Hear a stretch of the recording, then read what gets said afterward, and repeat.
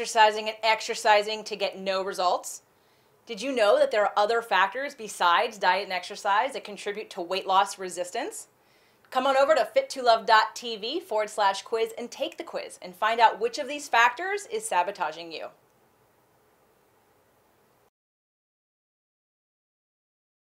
Today's show, proper form for a chest press. So last week we covered that all muscles pull, not push. And if you haven't seen that, I recommend stopping this video now, going back and watching that first, so this all makes a lot more sense. I'm going to do a quick review from last week, so those of you that watched that one. Again, the chest muscle, the sternum, is where the chest originates. It fans out, just like my fingers are showing you in this sort of pattern, and it attaches right here to the humerus, which means that my hand and my forearm have nothing to do with my chest.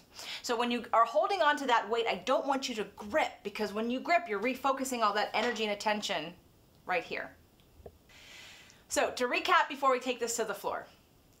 Chest muscle, sternum starts here, attaches right here. These 2 points are going to pull into the center, which means this is the point you're going to think about. You're going to pull from the chest into the center to contract. Now, why I'm recommending free weights versus a bar is because, again, notice this motion is called adduction. So my chest muscle, my pectoralis major, adducts my arms in a horizontal plane.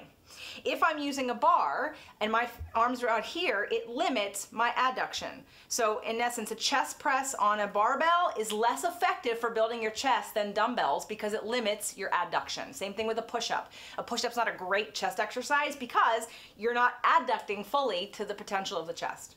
So we're going to take your weights and we're going to take this down to the floor. Okay, so now we're on the floor, and I just want to reiterate one more time that this is the perfect place when you're using a free weight to get resistance for your chest muscle. So your sternum is here, and your chest starts here, and it fans out like this. Now, visualize that I had, electrodes or something on my chest muscle, and I pulse that electrode. What would be pulling is right here. Like my shirt, my muscle would pull my arm into the center. Notice I didn't do anything with my wrist, nothing with my hand. That chest muscle, like my shirt, would gather and pull my arms into the center. So this is what I want you to concentrate on. It's not a push. It's not a throw. It's not using your forearms. You're going to balance the weight in your hands, but you're not actually going to use them. So let's start with the weight up. The first thing you're going to do is pinch your shoulder blades slightly together. You're going to make sure your shoulders are down out of your ears. You're going to make sure your lower back is tucked into the floor and your abs are turned on so that your spine is nice and supported and it isn't going to move. Next, we're going to inhale and lower down. I want you to relax your fingers. You're going to nice wide arcs, lower down to about 90 degrees. You're going to stop there. You're going to pull. Watch really carefully. You're going to pull right where I told you the chest inserts. You're going to pull from that place into the center and then come back down. Let me show you what the opposite looks like. What most people do is this. Okay? It's non-distinct. You don't know what's initiating this motion. It's too fast. The slower you go, the better, because you have control. So again, inhale as you lower down. You're going to pull right from those points. You're going to use those points to pull your arms up and together. Exhale and squeeze your abs.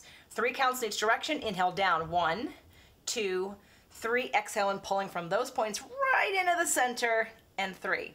So for beginners, I would say use anywhere from 5 to 8 pounds and do 3 sets of, let's say, 10 to 15 to start and see how you feel. I'm using 10 right now. They're a little bit light, but I just want to do it for filming to show you. The more advanced you get, just continue to add a little bit more weight, and your reps are about up to 30. So that was the basic form for a chest press. And again, using free weights to really accentuate and utilize that adduction that the chest does. And doing it on the floor and flat would be the first place I would recommend. You can make it harder, adding things like doing it on top of a ball, where your head and shoulders are on the ball, elevates you from the ground, gives you a little bit more range of motion, but I still wouldn't really go past that 90-degree mark, because once you go past that 90-degree mark, your chest is now stretching. And we don't want it to stretch while we're working it. We want to have tension on the muscle for the duration of that 60 to 90 seconds that we're doing this exercise.